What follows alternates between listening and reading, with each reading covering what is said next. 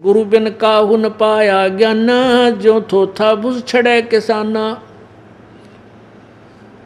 अब जैसे बाजरे का छिलका उतार दिया, हमारी साइड में उसने बूमड़ा बोल लग रहा, बूमड़ा, और उस छिलके ने कोई कुटे और उसने उसकी बोरी भर कर धर ले, तो क्या यूज उसका? उधर डांगरा तला गिरा करें, पशुओं के नीचे बिछाण की खतवा उसे, और उसको कोई कूट रहा है तो वो जानकार नहीं है, वो अज्ञानी आदमी है, वो किसान नहीं है। अब जैसे गेहूं धान निकाल लिए और वो पराल पड़ी है, और उस पराल ने फिर ठाठा का कोई ऐसे मारे पटक रहा है, झटक रहा है, तो उसको कोई कहे क्यों इस थोथे उसने कुटन लाग रहा है, भाई कुछ ना मिल रहा है तुझे इसमें। तो इन ऋषि महर्षियों और जितने भी ये देवता और ब्रह्मा विष्णु महेश सारे थोथा भूत छिड़ा करते, इसलिए तो ये सारा काम भट्ठा बैठता जा रहा है, कितनी इंसानियत गिर गई। अब ये तत्व ज्ञान जब हृदय में समा जाएगा, आदमी को विष दिखाई देगा, जो रिश्वत लेना, चोरी करना, ठगी करना, बदमाशी करना, या कोई बीड़ी शराब तमाकू का छूना, विष दिखाई देगा। और किसी की आत्मा नहीं दुखा होगा, चाहे भूखा भी रह ले। तो पुण्यात्माओं, ये ज्ञान होगा सत्संग तय। सत्संग पृथ्वी पर एक ही स्थान पर है, सतलोक आश्रम में पहले क्रोथाम होया करता, वहाँ तो उन कर्म इन्होंने अपने कर्म बिगाड़ दिए, ऐसा अनमोल ज्ञान वहाँ बंद करवा दिया, प्रचार करवा कर। उनके कहते कीड़े पड़ेंगे, बदवानी दे रहा दास, ये सत्कर्म मान लेना, उनके कर्म बता रहा हूँ, क्योंकि इतने शुभ काम और बाधा करें और आप सारा दिन खोटे घोड़े झूठ बोलना, बूढ़ी कर्म करें, तो वो तो बुरा हाल होगा ही होगा। ये तो बट नेचुरल है, मेरे कहने से हो नहीं। मैं और बददुआ हम जानते नहीं किसी को देनी। हाँ, रो सकते हैं जो हमें सतावेगा मालिक के सामने। और परमात्मा कहते हैं, कबीर कहे कबीर मेरे संत को, दुख ना दीजो कोई, मेरा भगत सताए मैं दुखी, मेरा आपा भी दुख होए। तो वो उनको तो सज़ा मिला ही मिलेगी, क्योंकि कंस को मिली, रावण को मिली, हिरण्यकशिपु को मिली, सबको मिली, लेकिन ये मार्ग बंद नहीं हो सकता है। तो और दूसरा, ये बरवाला आश्रम, इस स्थान के अतिरिक्त पृथ्वी पर सत्संग नहीं है। सत्संग का अर्थ होता सच्चा ज्ञान, शास्त्र अनुकूल सच साधना, पूर्ण उसको जो है समाधान हो, अधिकार हो संत को नाम देने का, और सही वास्तविक मंत्र हो, तो वो सत्संग कहलाता। वहाँ कल्याण संभव है, अवश्यमेव है। तो ये वो स्थान है। अब देखो, एक थोड़ी सी झलक और दिखाता है ये दास आपको। अब देवी क्या बता रही है, हिमालय ने पूछा, ये 7वां स्कंध प्रश्न नंबर 570।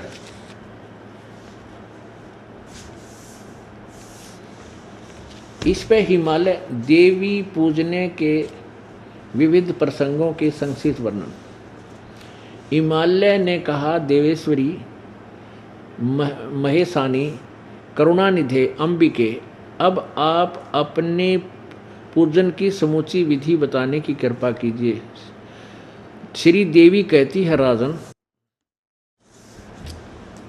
क्या कहती है, वेद में कहे।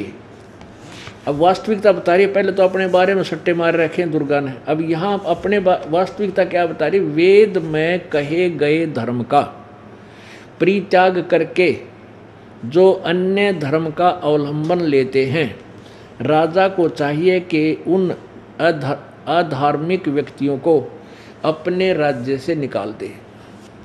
ब्राह्मण लोग उन अधर्म कर्मों से न अधार्मिकों से न बात करे और न उन्हें अपनी पंक्ति में बैठावें, जो वेद के अनुसार साधना नहीं करते।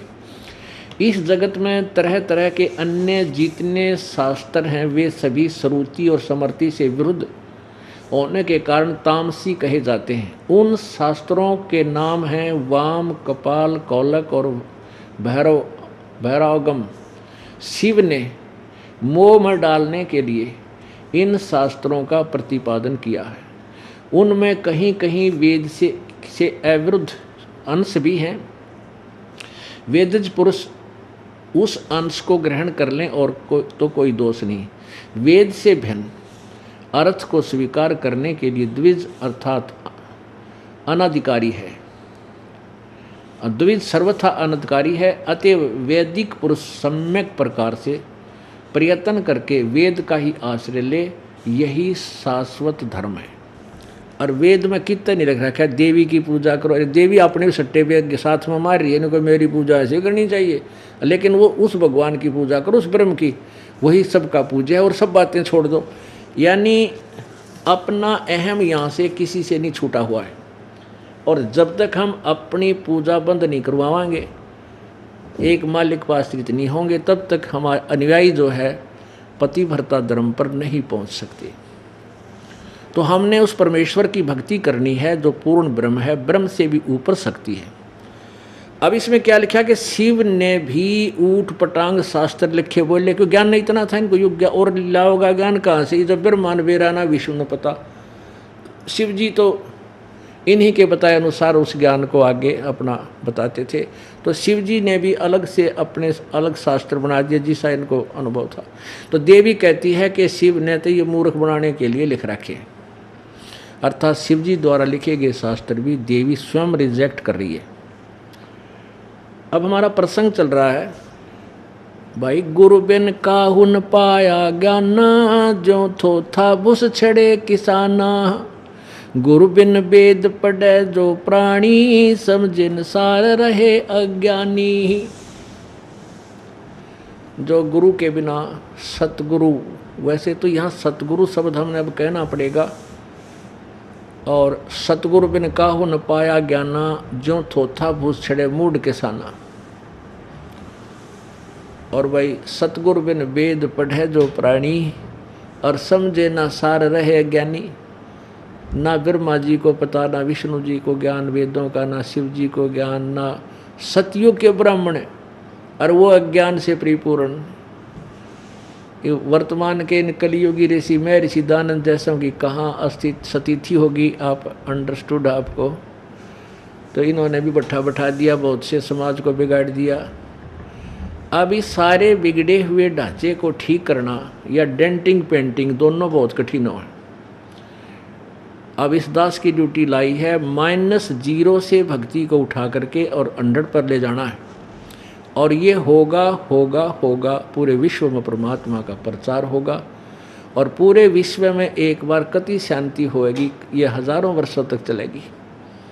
ना तो आग लगी पड़ी है, किसी ने फुर्सत नहीं, 1 मिनट की चैन नहीं, माया जोड़ने की खातिर कोई सा तरीका हो जा, हो कंड करो, कोई बेईमानी का, ठगी का, बाण भाई का प्रेम रहा ना, पिता पुत्र का वो भाव रहा नहीं है, माया दिखाई देती है, रिश्तेदारी में कोई प्यार रहा नहीं, आग लगी पड़ी है। सारे शराबी को अभी छोटी सी बात पर रिश्ते नाते कट ऑफ, कोर्टा में धके खांदे अंडे जा।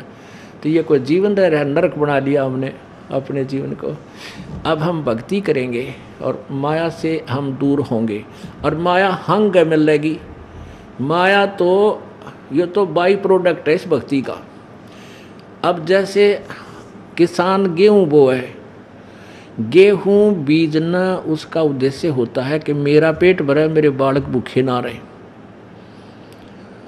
तो गेहूँ बीजना उद्देश्य यही है। और लेकिन गेहूँ में यो भूसा पहले बने, तूड़ा चारा ये पहले बने और गेहूँ बाद में, ये बट नेचुरल है।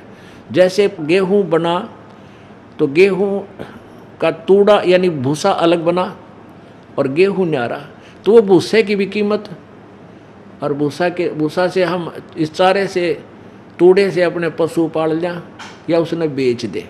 तो ये तूड़ा तो भूसा तो पहला मिला है, या माया इस भक्ति में हंग मिलेगी, ये बट नेचुरल है। जो हमने मोक्ष मार्ग रूपी मुक्ति रूपी जो पौधा बोया है गेहूं का, इसमें यहाँ संसारिक सुख तो तूड़े की तरह पहले मिलेंगे। तो ये बाई प्रोडक्ट है इस भक्ति का, परमेश्वर की सत्य भक्ति का।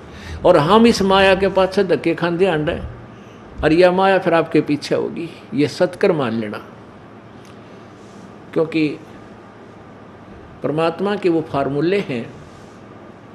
ये ऐसी भक्ति है कि इसमें बिना मांगे आपको भगवान दिया करेंगे। गीता जी अध्याय नंबर 3 के श्लोक नंबर 10 से लेकर 15 में इसका सारांश बताता है ये दास। इसमें ये बताया है कि भाई जो जिनको मनुष्य जीवन प्राप्त है और संस्कार से आपको जो पैसा मिला है, धन मिला है, उसमें से जो व्यक्ति धार्मिक अनुष्ठान में शास्त्र अनुकूल परम संत के माध्यम से नहीं लगाता वो पापी आत्मा है। इसलिए तुम सभी धार्मिक अनुष्ठान करो, यज्ञ करो, यज्ञों के द्वारा इन देवताओं को उन्नत करो, और उन्नत यानी बड़े हुए देवता फिर तुम्हें उन्नत करें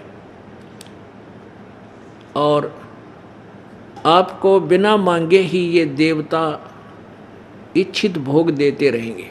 अध्याय नंबर 3 के ही श्लोक नंबर 14-15 का सारांश है कि सभी प्राणियों का शरीर अन्न से उत्पन्न होता है, अन्न वर्षा से होता है, वर्षा यज्ञ से होती है, और यज्ञ जो हैं धार्मिक अनुष्ठान, यज्ञ माने धार्मिक अनुष्ठान, ये शास्त्र अनुकूल साधना करने से ही उनका फल मिलता है, कर्म करने से। और कर्म लगाए ब्रह्म ने, और ब्रह्म की उत्पत्ति हुई अक्षर ब्रह्म यानी अविनाशी भगवान थे, और वो अक्षर ब्रह्म यानी वो परम अक्षर ब्रह्म ही सर्वगतम ब्रह्म, सर्वगतम ब्रह्म का अर्थ होता सर्वव्यापक, जिसकी सत्ता सबके ऊपर है, कुल मालिक ही सभी धार्मिक अनुष्ठानों में, सभी यज्ञों में पूज्य है, प्रतिष्ठित है। यानी उस पूर्ण परमात्मा को इष्ट मानकर पूजा करने से फिर हमारे शुभ कर्म बनेंगे, और उन सब कर्मों का फल हमें कौन देंगे? ये देवता देंगे,